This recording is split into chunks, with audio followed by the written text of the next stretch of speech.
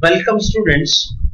Question number 7 of part test 2 of civil engineering. A 1 mark question is from concrete structures on design of members subjected to fracture.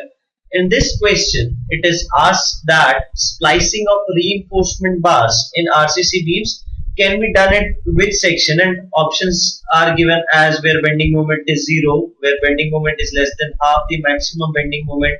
Option C says bending moment is maximum, and option D says where shear force is 0. But if we talk about this code, its provision number 26.2.5, that is clause 26.2.5, says that bending moment where splices are to be provided, if it shall be as possible, should be away from point of maximum stress. Now since this will be the point of maximum stress where bending moment is having its maximum value, we have just illustrated this clause with the help of an interactive figure in which a simply supported beam is drawn, which is subjected to a uniformly distributed load.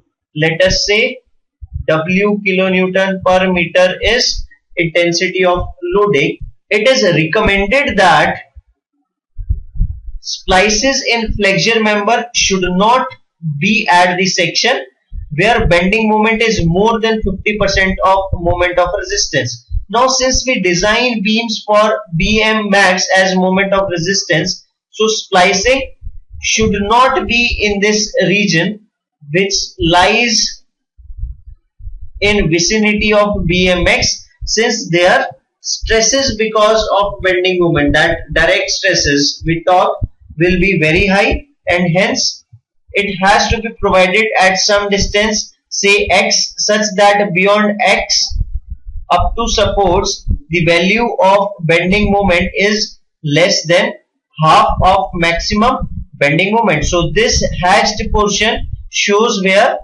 splicing is allowed, and this crossed portion shows that portion where no splicing is allowed. So best answer amongst given choices is option B.